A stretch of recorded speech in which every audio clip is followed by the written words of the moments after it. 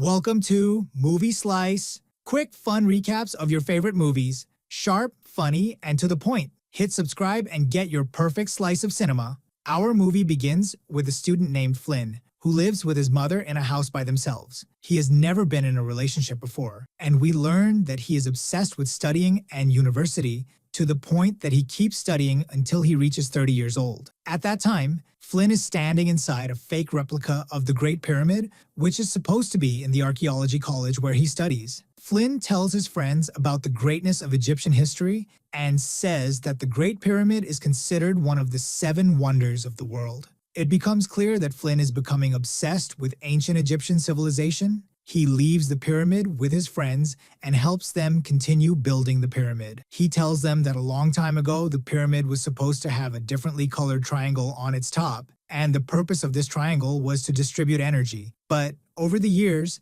this part disappeared and the pyramid became all one color. While he is talking to his friends, his professor comes and tells him that he has decided to expel him because he spent his whole life studying history to the point that he almost forgot he has another life he should live. The professor tells him not to come to school again and that he should find a real job to earn money and also look for a beautiful girl to marry so he can start a family because he's already 30 years old. Flynn tries to explain to his professor that he is happy with his current life and loves history very much. But his professor is not interested in what he says and immediately kicks him out. We then see an unknown person watching Flynn from a distance, looking very pleased that Flynn was expelled from school. Flynn returns home very sad because he doesn't know what to do with his life now. As soon as he arrives home, his mother opens the door for him, showing that she loves him very much and also wishes he would settle down and live his life like everyone else.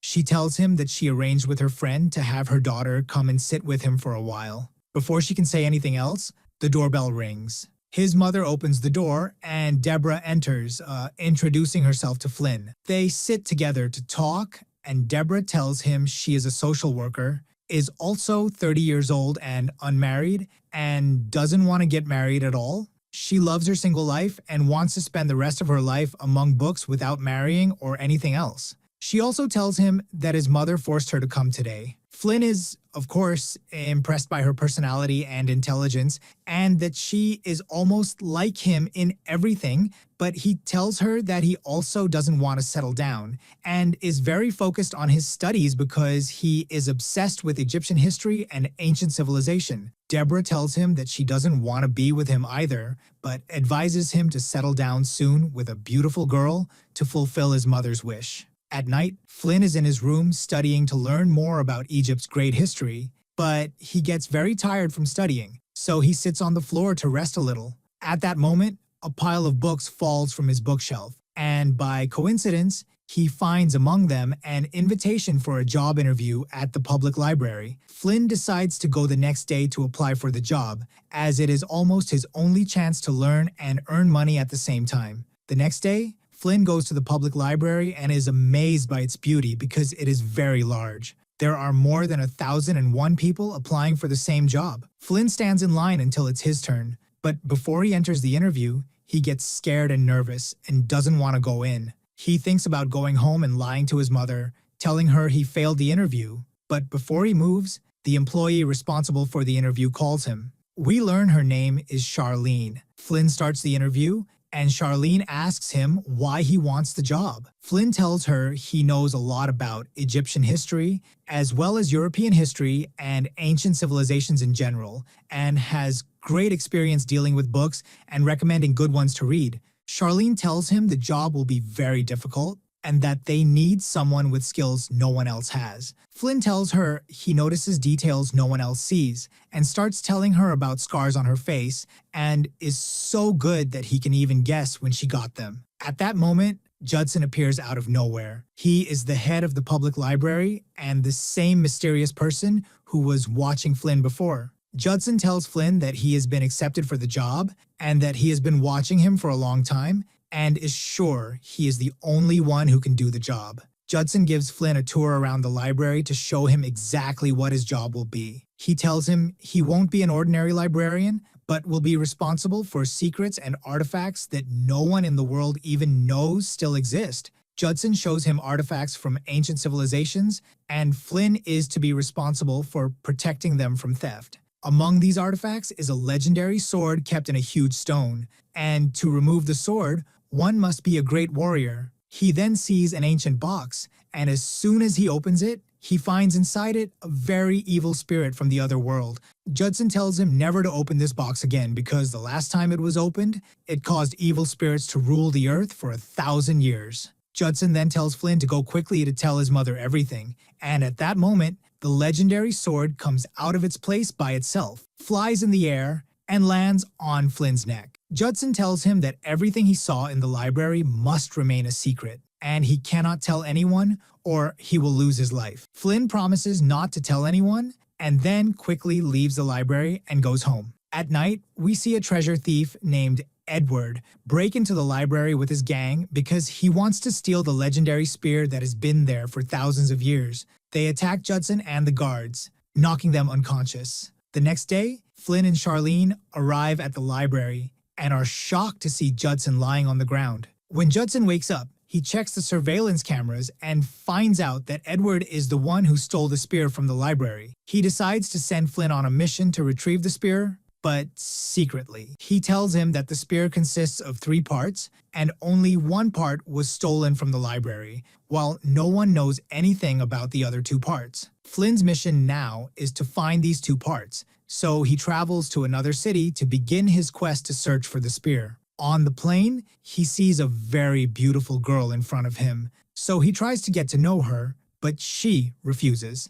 After a while, a mysterious person attacks him, and Flynn notices a snake-shaped tattoo on his hand, which is supposed to be the distinctive tattoo of Edward's gang. Before the mysterious person hits him, a girl named Nicole appears and defeats the whole gang by herself, managing to save Flynn from them. The 2 of them then jump out of the plane while it is in the air, landing in a very unknown place in the forest. Nicole introduces herself to him and tells him that Judson sent her to look after him and that he must use his intelligence to find the rest of the spear pieces, and she will be responsible for taking care of him. Flynn climbs to the top of a tree in the forest and, using his intelligence, manages to figure out where they are. He and Nicole keep walking in the forest to find any place to rest that is close to the location of the second piece of the spear. On their way, they see a huge bridge over the water. The bridge looks weak and about to collapse if they walk on it, but they have no other choice, so they are forced to cross it. In the middle of the bridge,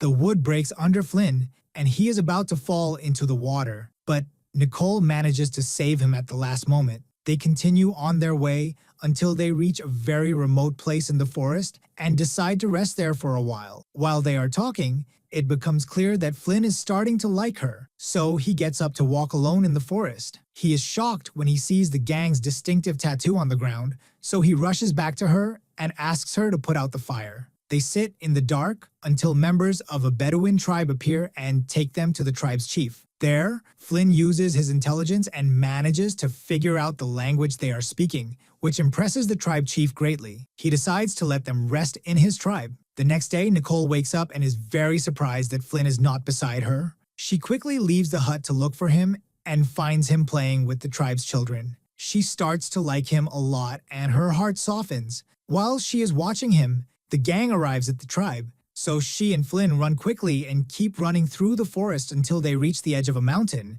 They both jump from the edge and fall into the river, which they must cross to enter the temple. Flynn uses his puzzle-solving skills and manages to figure out the password to open the temple gate. Suddenly, the gate opens beneath their feet, and they both fall to the ground inside the temple, finding themselves in a secret room. There's a moving wall getting closer to them from behind, and in front of them is a pit full of sharp spikes, which will obviously kill them if they fall in. Again, Flynn uses his intelligence and puzzle-solving skills to find a solution. He asks Nicole to hold his hand, and they both jump into the pit. Flynn discovers there's a layer of glass above the spikes, and that the puzzle was actually a trick. Flynn easily crosses to the other side and sees the second part of the spear, but there are also some traps he must overcome to reach it. He discovers the only way to get to the other side is to dance with Nicole. Flynn starts dancing with her, and together they manage to cross. Flynn takes the second part of the spear and is very happy because he is doing something new for the first time in his life.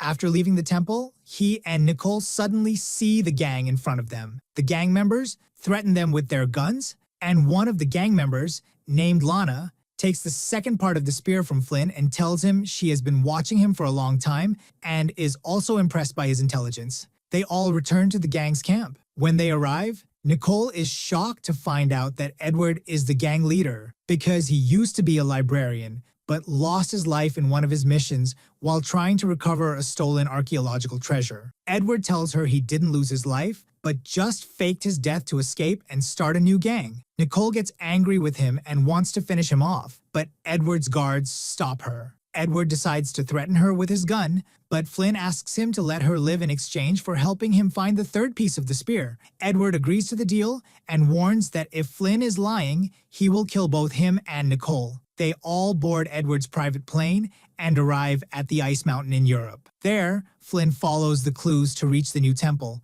but on the way, he slips on the ice and almost dies. But Nicole saves him at the last moment. After a few hours of walking in the snow, Edward gets angry with him and tells him to hurry up until they finally see the temple in front of them, where the third piece of the spear is located. They all rush to the temple, where the temple guards are waiting for them, as a picture shows that the librarian is the only one who can solve the puzzle of the third piece. They all enter the temple and see a huge ancient statue with the third piece of the spear inside it. Flynn uses his intelligence, solves the puzzle, and manages to take the third piece of the spear. Nicole takes the third piece and decides to escape quickly with Flynn, leaving the temple guards and the gang to fight each other. She and Flynn travel to another city to rest. The next day, Flynn wakes up and is shocked because Nicole and the spear are gone. He calls Judson and tells him everything that happened, and also tells him that Edward now has the three pieces of the spear, and to combine them and gain tremendous magical power, he must be inside the Great Pyramid. Of course, he won't travel to Egypt. So at night, he and Judson go to the college. When they arrive, they see Edward with the spear and Nicole about to kill her. Edward, Nicole, Lana, and his guard enter to perform the magical rituals and combine the spear. He succeeds and feels great magical power. He tests his power by stabbing his guard with the spear, causing the guard's soul to leave his body and enter Edward's, making the guard disappear. It's time to finish off Nicole, but Flynn attacks him, knocks him to the ground, and escapes with Nicole from the pyramid. Outside, they find the gang members waiting for them, so Flynn decides to leave Judson to fight them. Nicole goes to fight Lana, and Flynn re-enters the pyramid to take the spear from Edward. After a long battle between Judson and the guards, Judson easily defeats them, and Nicole also manages to defeat Lana and knocks her unconscious. She told her that she hated her a lot because they were both interested in Flynn. Then, inside the pyramid, after a huge battle between Flynn and Edward, and since he was the one who built the servant statue for the pyramid, he manages to make Edward crash into the pyramid walls until he knocks the statue at the top of the pyramid onto his head. Flynn is finally able to get rid of Edward, takes the spear from him, and then goes back to work at the library. There, Charlene is impressed by his intelligence because he managed to retrieve the entire spear again, so she decides to hang his picture among the other guardians of the library who are supposed to have lived and protected these artifacts for hundreds of years. 3 months later, Flynn is sitting with his mother in a city cafe, telling her about Nicole and saying that he likes her very much. His mother gets upset with him because she hasn't seen Nicole even once, and she asks him to look at any other girl in the cafe and marry her. Before she can finish her sentence, Nicole appears on her motorcycle, introduces herself to Flynn's mother, and tells Flynn that she's here for a new mission, and that there is a very dangerous gang called the Scorpions on their way to finish them off. Flynn has to say goodbye to his mother to start his new mission, gets on the motorcycle behind Nicole, and they drive off. The story ends here. I hope you enjoyed it as much as I did. If you did, make sure to subscribe for more awesome content. Thanks for watching, and